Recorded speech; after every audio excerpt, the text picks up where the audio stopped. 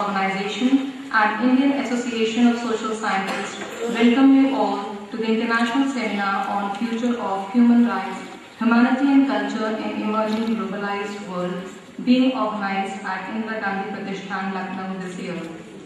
Now, over the years, all Indian rights of Professor, Department of Law, Leeds University, England, on the dais.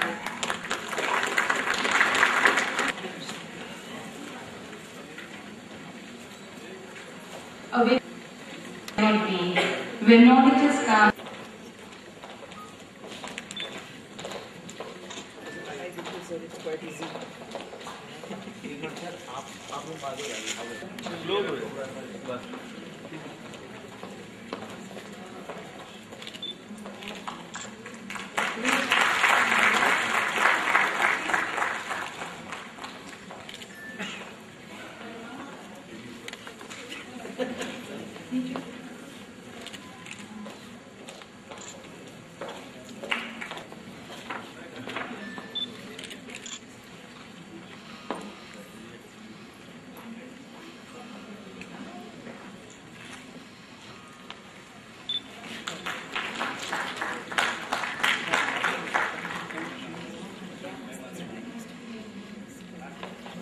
Small gesture of a devotion and belief in the power of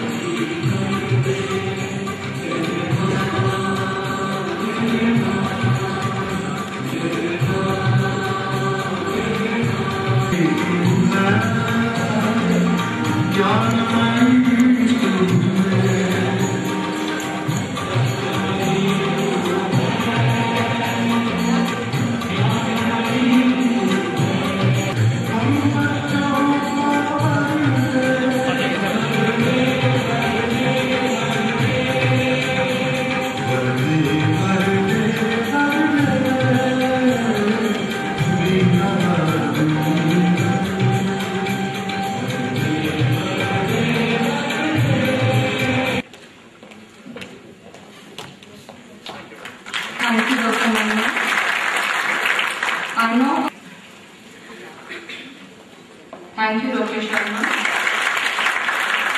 Dr. S.C. Vijay. Thank you, Dr. Vijay. And lastly,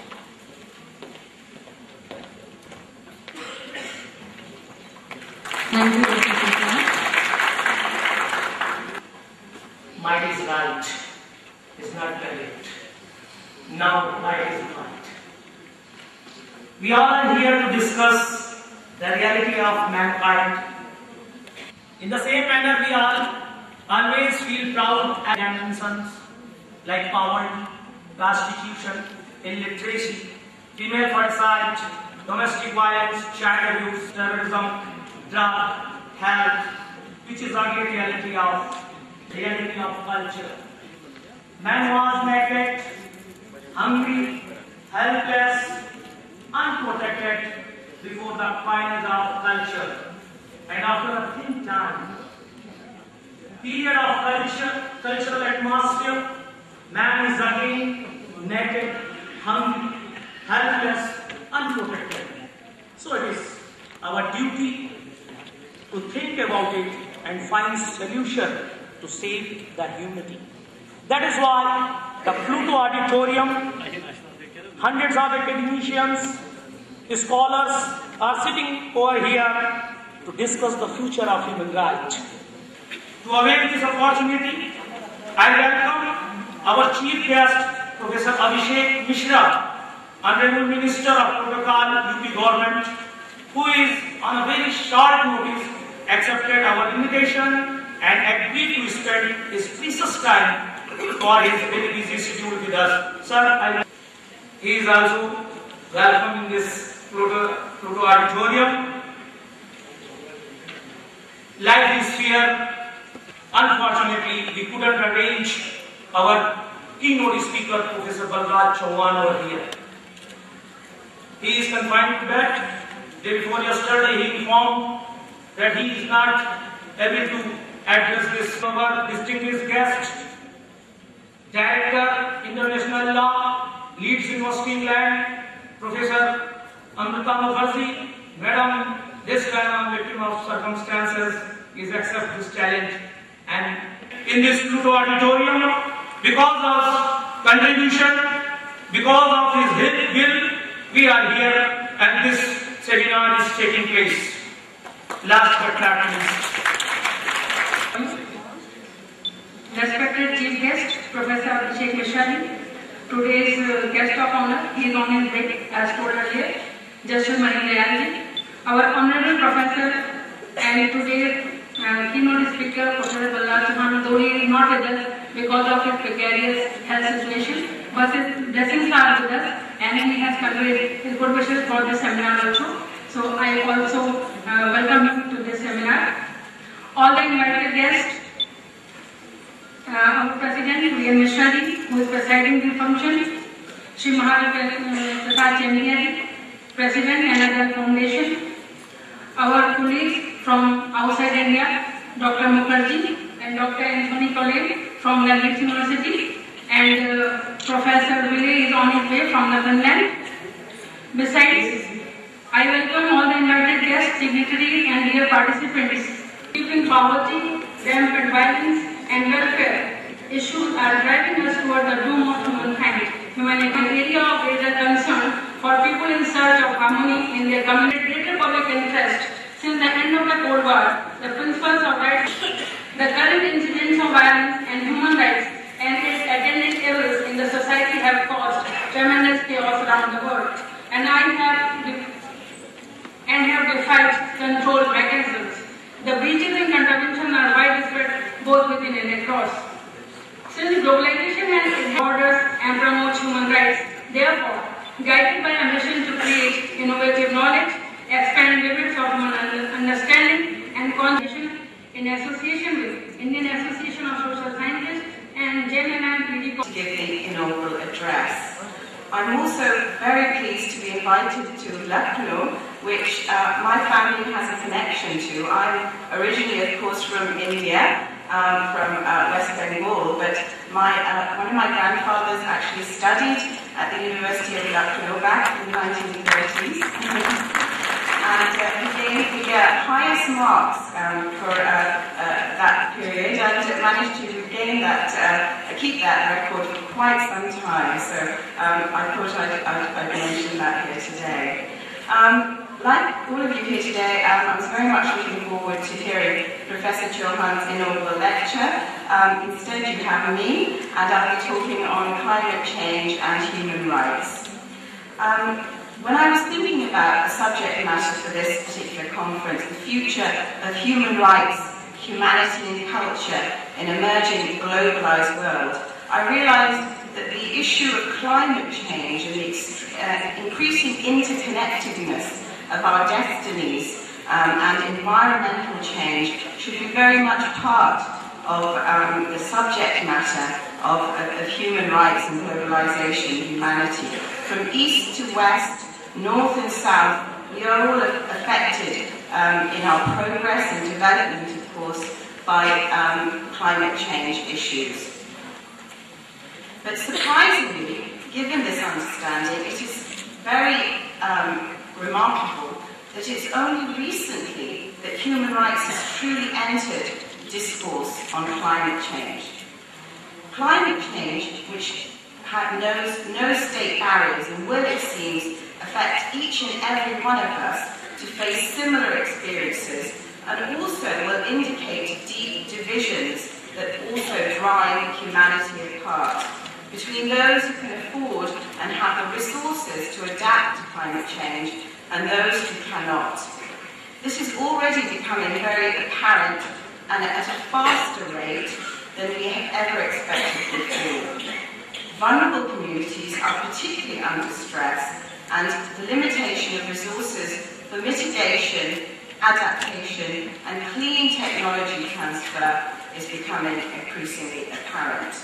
From the outset, that recently international human rights mechanisms, climate change, as we know, is among the impacts that increase the severity of droughts, land degradation and desertification, the intensity of floods and tropical cyclones, and the incidence of malaria and heat-related mortality, and also, of course, decreased crop yield and food security that exist between countries in terms of contributions to the stock of carbon in the atmosphere, industrial advancement as well, and nature of emissions use, and climate vulnerabilities. There is a marked reluctance in many states to modify existing lifestyles and development and pathways, and opinion is very much divided on the promise of technological solutions to complex climate change problems.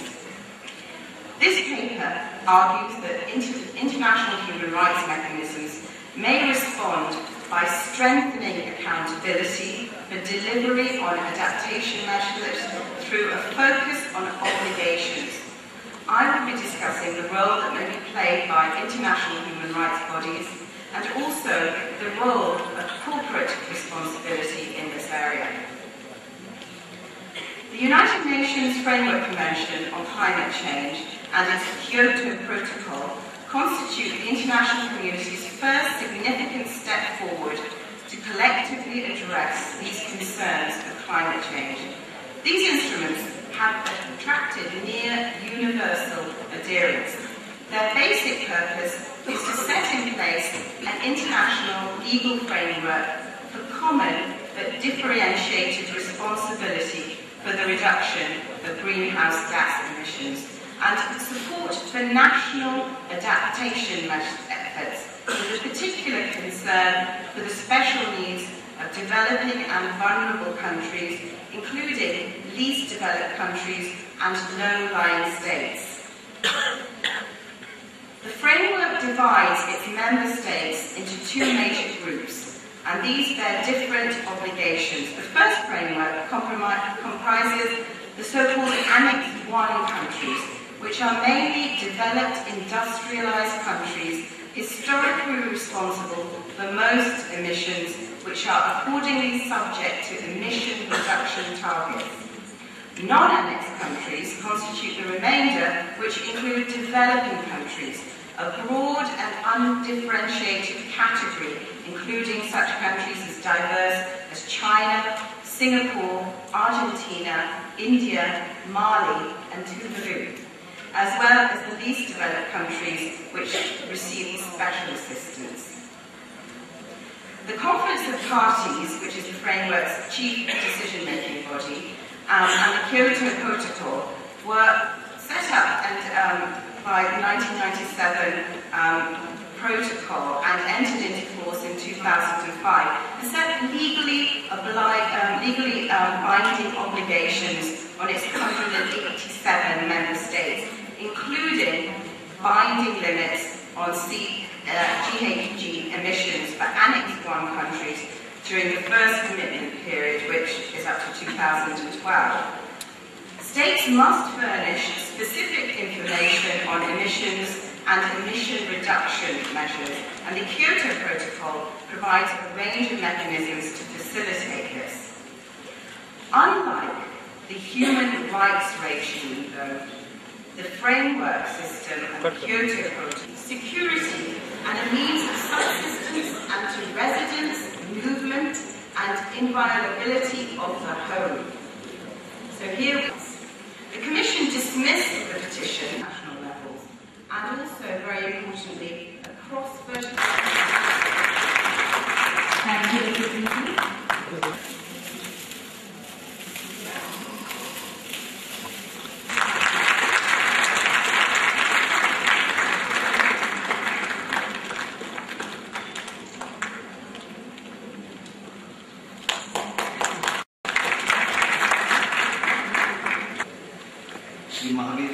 Chantia, President Naina Dayal Foundation, understood as fundamental rights to which a person is inherently entitled simply because he or she is a human being.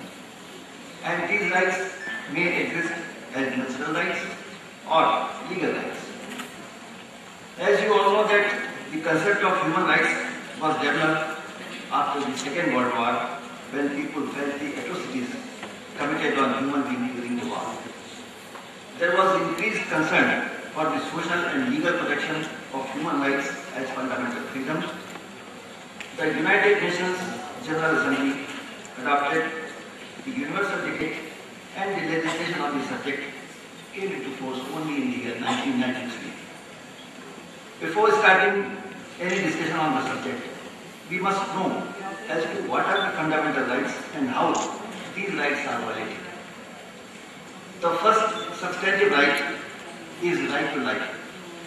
Every human being has a right to live, and this right needs to be protected by law. No one should be deprived of his life, but as we see that this right is being violated like anything. Apart from killing, murders and accidental deaths, there is one more way to deprive the life of a living being, and that is termination of fetus. The law to curb this illegal act is already in force, but it is always its violation. The reason for this, as I could understand, is that there are still so many persons who do not want a female child. To my mind, this practice can only be checked by changing the way of thinking and bringing awareness in the minds of the people that both boys and girls are equally important. Some human rights activists think that the death penalty is also a violation of human rights. For this organization today, Honorable Justice Naina Dayal Sahab, who's beautifully informed us about a range of issues today on the topic. Professor Amrita Mukherjee from Leeds University, who has been kind enough to grace the occasion on such a short notice. I really thank you on behalf of Lucknow as a representative as well from the city of Lucknow. Ex-Director General for Police, UP Shri V.N. Mishra Sahab, who is also the President Managing Committee of KKC. Shri Mahavir Prasad Chantia, President Naina Dayal Foundation, and whose auspices this function is being organized today, the seminar is being organized today. Dr. Alok, the organizing secretary. Dr. Preeti Mishra, Dr. Mahima Singh, delegates, learned delegates, I must add that word, to the conference, eminent academicians, researchers, faculty members, members of the fraternity, support staff, admin staff, students, the beautiful sitting at the backbencher occupies the NCC cadets, friends from the media, ladies and gentlemen, this August gathering and the organizers of the conference for giving me the opportunity to be a part of the international seminar on future human rights, humanity and culture in Emerging Globalized World that's being organized today by the All India Rights Organization in association with the Indian Association of Social Scientists and the SJM College, Technical University, Lucknow. It's a great honor to be here today, and I've rarely been to conferences where I've been at loss of words, because I made it a point that I'm only to go to conferences where I know the subject. So this subject is new to me. Please forgive me if I make errors. So I'm not going to talk about facts. I'm not going to talk about issues that you are well aware of, and I have no, I have no pretense of knowing anything about the subjects for which you are established experts for. So I'm just going to leave that subject away to you. The Honourable Justice has been very kind enough to elaborate on that, and I'm sure coming from this mouth, it's straight from the House of Horses now. I'm sure you've absorbed that, and I'm sure you'll learn to take that forward. But today, when I accepted the invitation to be here, it was surely on the insistence of some people who are very beloved to me, and to whom I couldn't say no. But apart from that, I thought that the topic is it's very topical, it's very subjective, it is at the moment, it is very contextual and very accurate. Then I started thinking, and please forgive my transgression back into history, but we are in the Gomti Auditorium, so I'm starting my questions right from the fact of what is a human? Who is a human? What defines human? Has it been the same? Is it the way we understood human, has that changed over time? If yes, in what ways? And will it continue to change as we grow further, as we go ahead? If it doesn't, then I can still be business, none of you are going to be in business. Because what you are doing instills that question. So I'm happy to express, and I think confident in saying, that definition is going to change over time. Who is a human being? How do we define a human being? When Alok was speaking, he started by saying that man evolved from being a nomad, from a hunter, gatherer, to established settlements. And then it's been a long journey, about 5,000, 6,000, 8,000 years. That's been the whole idea of who a human being is. Now, how did we become a civilization? Any society, any country, any planet, if I may use that word, becomes a civilization when you grant certain rights. When human beings were granted certain rights by the civilization that they live in, the society where they co-populate, that they cohabitate, that's when you become a civilization. That's when we became a civilization. So without the idea of rights, and I remember John F. Kennedy very famously said that the transgression of one man's human rights is the transgression of every man's rights. So if there is, and the Honourable Justice was also talking about the same thing, that they have taken exceptions. Anybody's human rights were violated, there have been directions from the Honourable Courts at different levels, not only in the country but across the world as well. So there has been a momentum, and which is gaining credence, to protect those rights and to also expand that definition of rights. About 100 years ago, 150 years ago, slavery was accepted. No. Nobody really challenged that question. Right? If you look at the number of lynching punishments that were given out in the United States between 1810 and 1840, most of those punishments involved whites. Hardly any black man was ever lynched for that. And the connection that I'm trying to establish here is very deeply ingrained with the concept of human rights. The connection is, when a man is given certain rights, when a person is given certain rights, when a group is given certain rights, when a subpopulation is given certain rights, there is an initial reaction and response against that right. So after 1840s, when slavery was abolished in the United States, suddenly the people in power, so-called white authority at that time, when they were faced by a man who was a slave or his son was a slave 10 years ago, and said, now I want equal rights with you. That's when they started taking a stand and saying, no, sorry, we can't do that. This guy must be punished. Now they have been given rights. How do we find a way to punish him? Let's implicate him into something and lynch him. So the next 30, 40 years of United States legal history is full of lynching, judgments and episodes against the blacks. And then it settled down. So the equality of opportunity to blacks in the United States became a part of the accepted right. I want to come back now to 2012 and raise a small question. If you look at 20 years ago, how many honor killings were there in India? Very few. And if you look at today, that number is increasing. Crime against women, I think, is the single most, is the single largest rising crime in the country as a whole. Why is that so?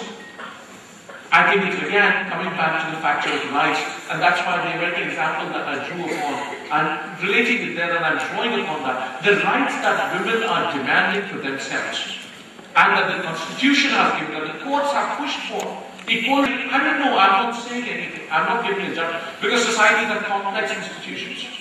There cannot be a single factor which will explain that ever.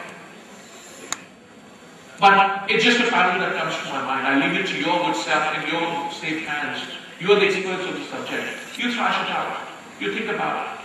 I'm here not to give answers, but to raise questions. And I think that's the role I take on myself today. I want to raise those questions and point out certain interconnections that strike me as a common man. I have no subject knowledge of this subject at all. But just as a general observer and a keen observer of social moves and trends, and being an academic myself, I'm having somebody, the capability to step back and analyze. So, the link that I was drawing with the title that you've created here is beautifully titled. So there were humans who were given rights, and that created the civilization for us. And that civilized, once it became a civilization, gave us enough credentials to call us and belong to what we now call humanity. Humanity is far bigger than that.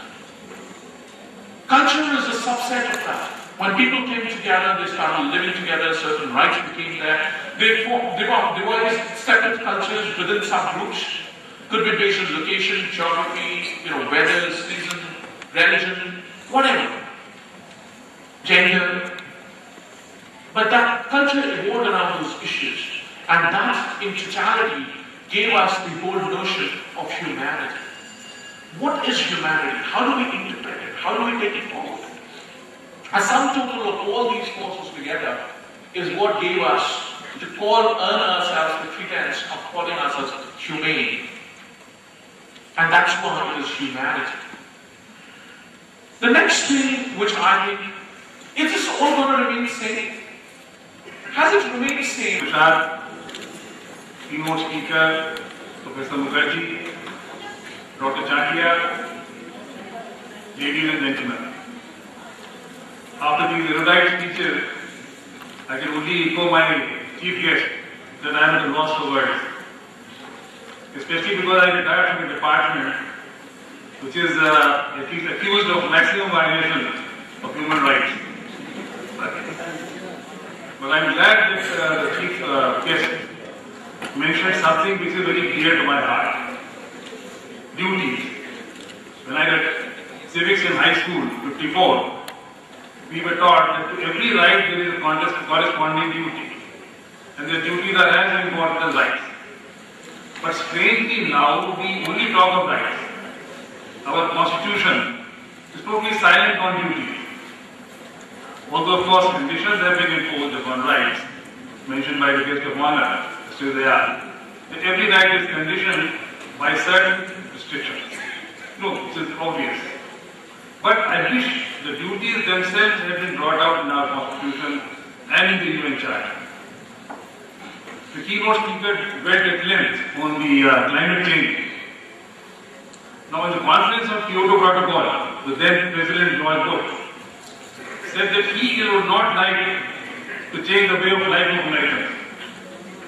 not relying on the way of life of Americans. Professor Mukherjee mentioned about the Inuits, the Eskimos living in Greenland.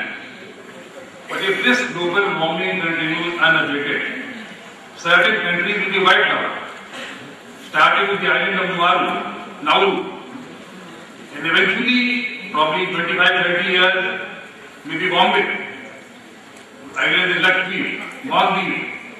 So this right of Americans to have their own way of life has to be conditioned by duty to let others also pursue their rights, including the most important right of all, the right to life.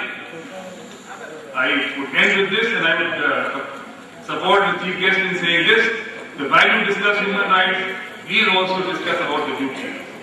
Thank you.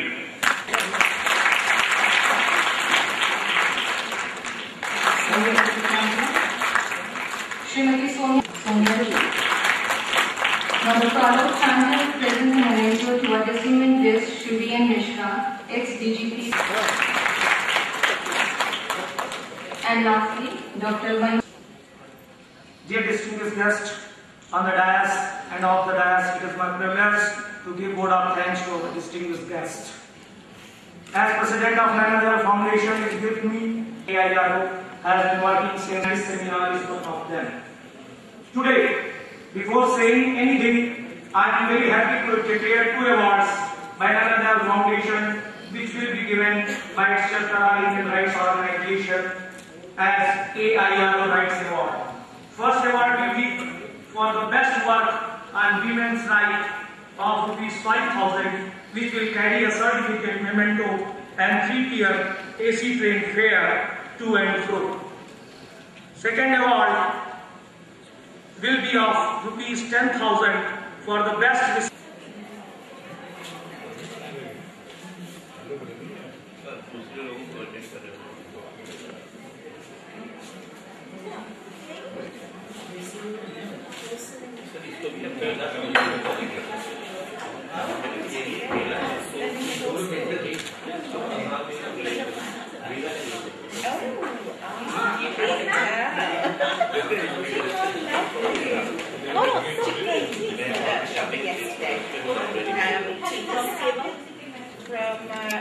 From Hasratganj, market, yes. And we've got some lovely pieces. Amazing, really is. So you use all kinds of traditional fabrics. Especially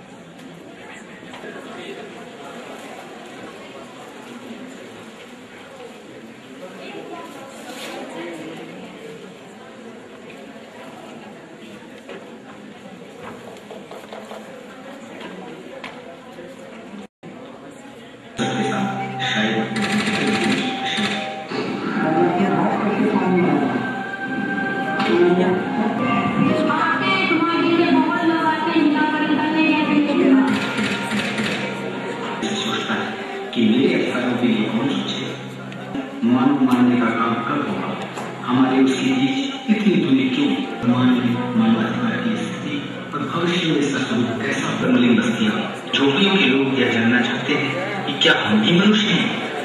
कई समस्याएं हैं जो एक गरिमापूर्ण जीवन से वो बहुत दूर ले जाती है।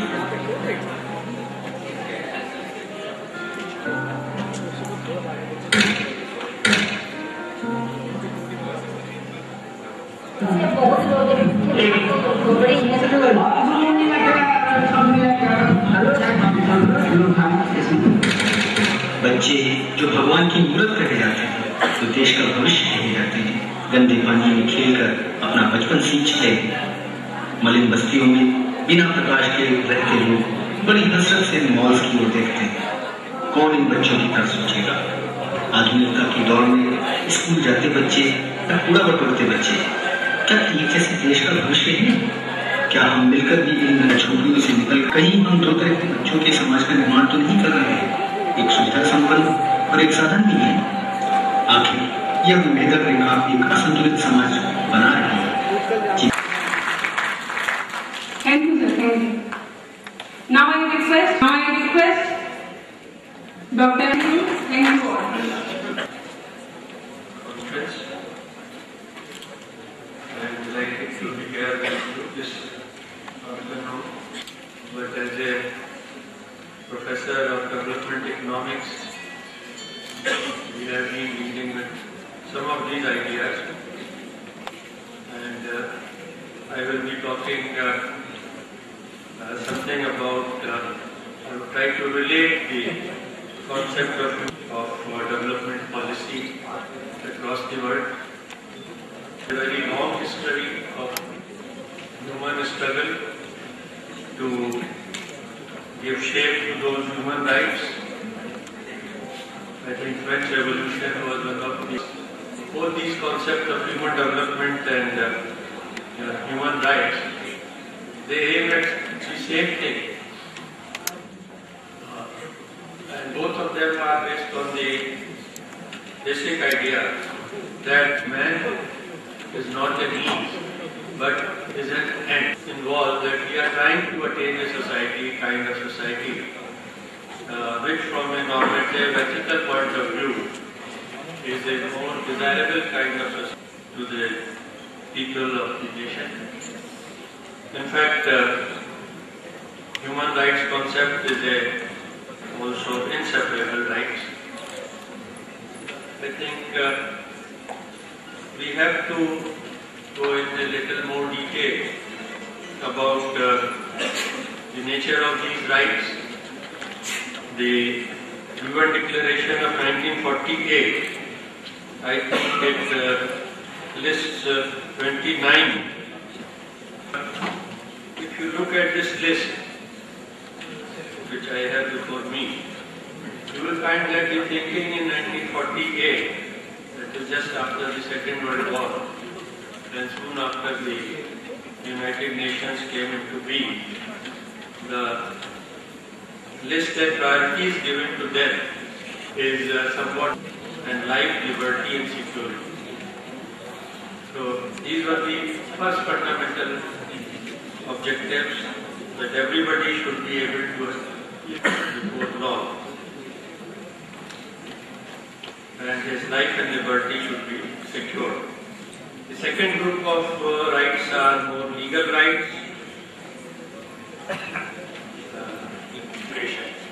So both they are human rights, and particularly Professor Alok is saying, he has been emphasizing the idea of the freedom. We call one of his book's title is Development is Freedom. And participatory democracy is one of the important dimensions of this process, and he underlines the concept of the process measures which are adopted for the welfare of the people. People should also have a say in the formulation of the policy and finally formulation of the law which is there. So without this kind of people participation in this process, I think the outcomes will not be fully. So it should evolve that we have moved, and particularly was converted into a right when the government, because government adopted development programs. We had a long list of so now called Manrega.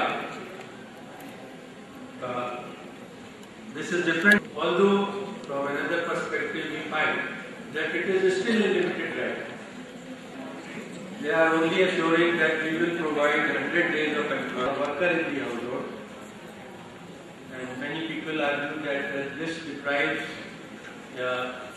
females of their right to get who will get first preference. To be able to ensure universal compulsory education, but government under pretext of resources, that a right to education has been given to the people. It was related to appointment of teachers. Now we are also talking of food. This issue that whether the government has the resources to provide for the rights which it has given in the constitution and also provided in the form of act in a positive manner to ensure that these rights are actually attained by the people of the country. For that, you require certain pressure on the government and from mass movement, which ultimately forces, except that the movement will not be as fast. People's pressures are important, and such seminars play an important role in that context. There are other social and cultural in 18 months by just talking it up to the child. Now, if you put it in household, but that kind of sensitivity has not developed still in our society, the Scandinavian countries in particular. Similarly, the role which, say, some institutions which are extra legal institutions like the behavior and code of conduct on the members of their community, I think they also his or her choice. But these social institutions, and in a way they have a strong sway on the minds of the people in the legal and administrative matters. The last point which I would like to submit is in the context of globalization. Many fears about globalization are raised, the leading economic power of the world. But I think that realization of human rights, because if some nation states are totally excluded, many of the Arab states.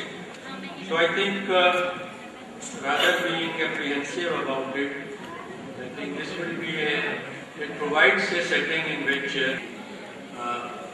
say harmful consequences, where it can in some cases play a damaging role to economy or culture of the society. So certain rich, and they also enhance the quality of best in the light of globalization. So with these words, I would like to end. Thank you very much.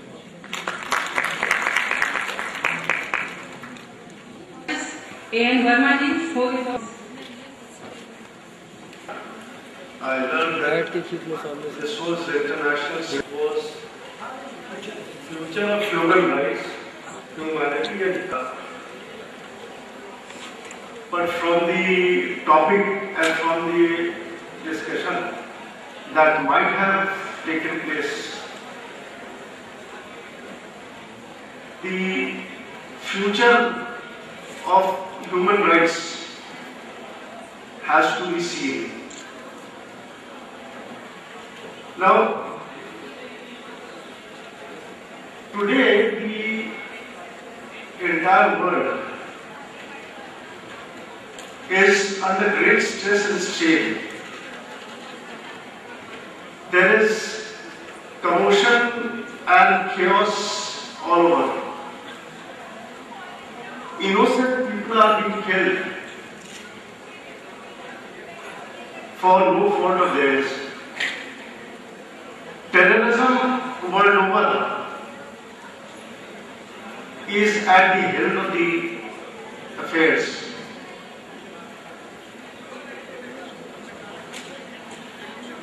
People are not able to make their two ends meet. A few days back, I was attending a conference at the CMS Institute on Article 51. That was also an international, whose ancestors had migrated to Guyana from this part of the country.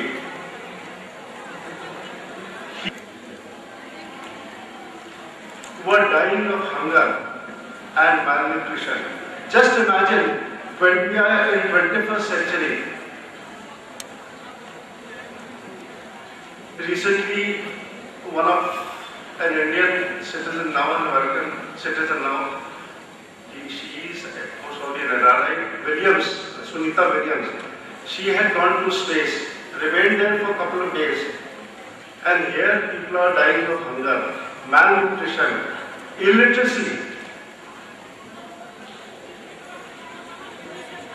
Basic human rights are being violated. As communities,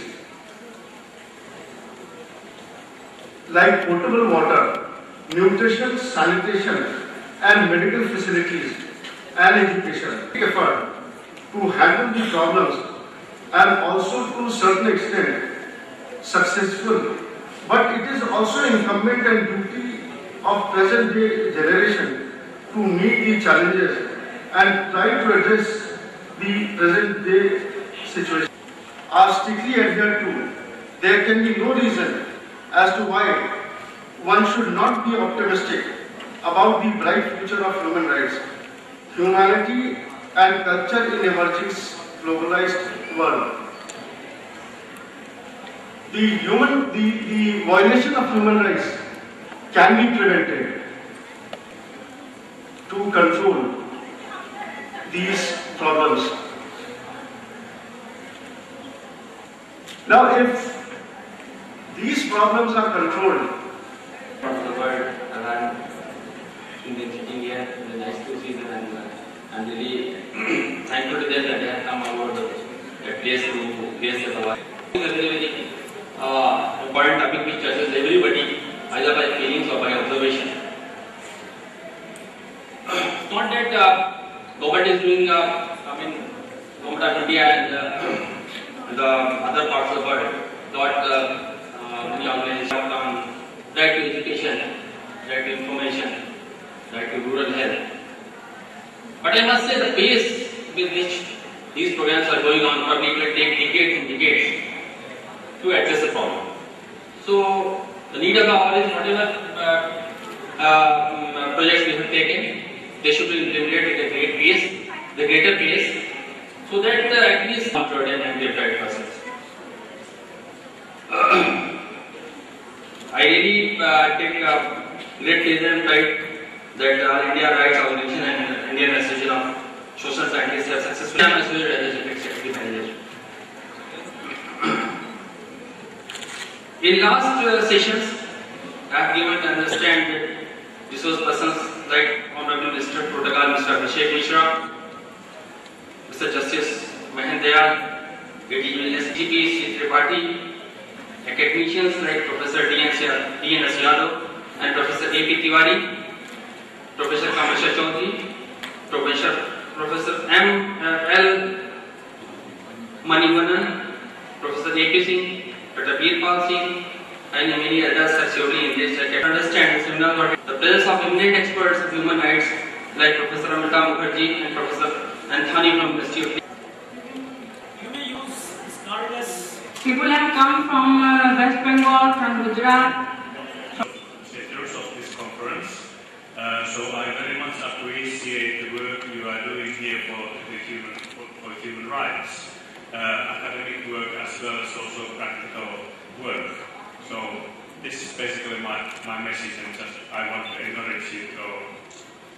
It's been a truly wonderful experience for me. Different understandings and analysis of human rights, a subject that, as you know, I've researched into it in the country where I was born, so it's been a true privilege for me. Thank you very much. To be part of this seminar, and variety of activists also. So thank you very much. I look forward to coming back again. Dhanyavad. It's professionally organized, and the last moment only I decided to come over here because of my schedule over there, and it was 200% more than my expectations. I best wishes for your future university. Thank you. It gives me an immense pleasure for organizing an international seminar at the world standard. The hospitality given by the organizing committee and technical sessions and the participants' involvement in each and every topic. I'm totally much impressed. I'm really very happy and wholeheartedly congratulate the organizing team for having organized such a wonderful conference at international level. The real international standard that I am observing, people from various countries, from various parts of our lives, because very recently we are suffering a lot, and all those problems were discussed elaborately, and the solutions what we have arrived, that we can prepare the report and we can send to the concerned organization. And my special thanks to my beloved friend Captain K.K. Shukla, because of Dr. Shukla and here.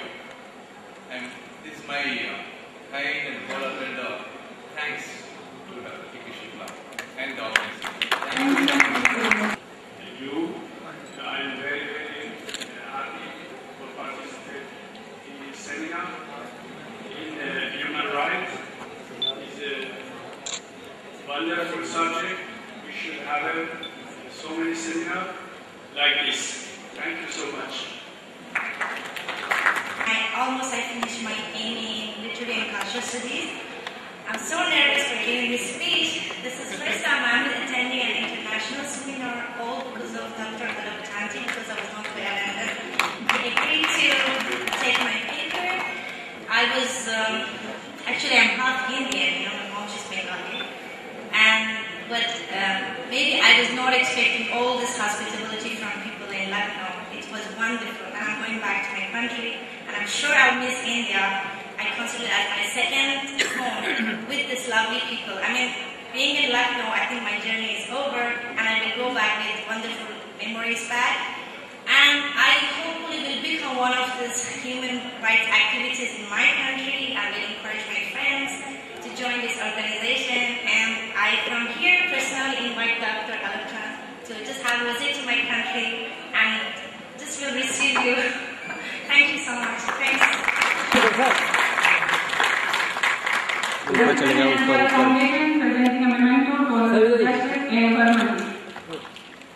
Thank you, sir. Thank you very much, sir. Lucknow. Thank you very much, sir.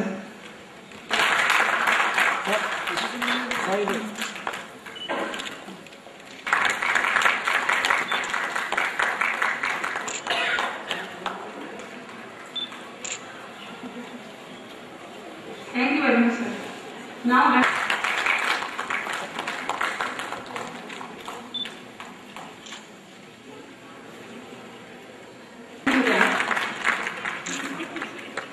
accept beautiful thoughts.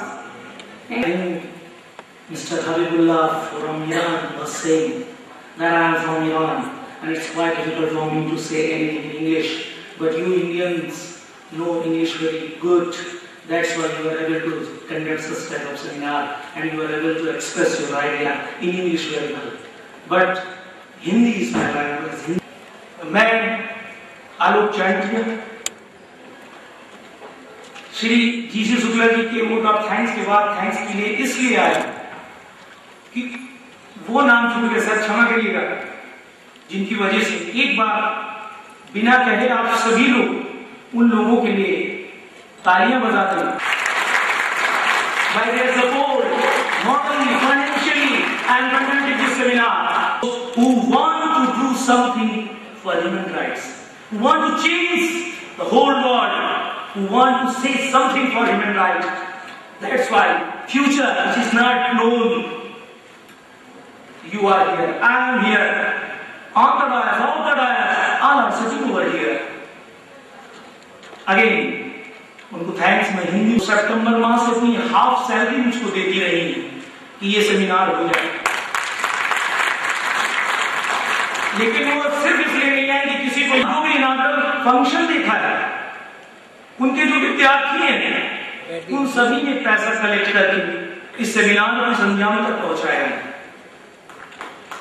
मैं अपने से In final state, students, your teacher is in crisis. Your teacher wants to organize an international seminar, but he has no money. Under change, they don't know the meaning of humanity. I knocked at least 120 doors. I was completely helpless. If human rights is confined to the state, if human rights is a matter of the state, going on around this door, around this hall, but a zero is going on. It's a very humble lady. She understood my problem. And she offered me, yes, Alok, are you suffering from some problem? These are few names in my memory, in my heart, who came forward and supported me. Alok, Daromat, who want to change the face of my beloved Principal Dr. Narasimha Sharma, a very I can't explain.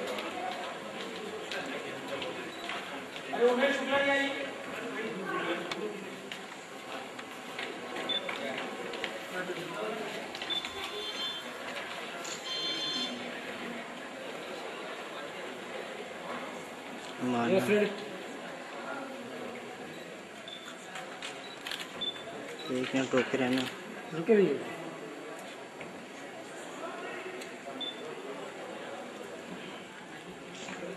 आगे ना जाओ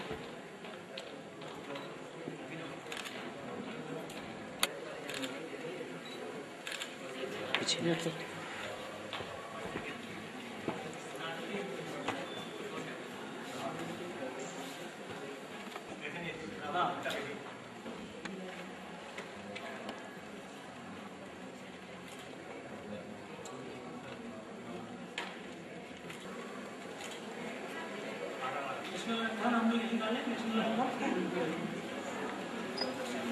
Ah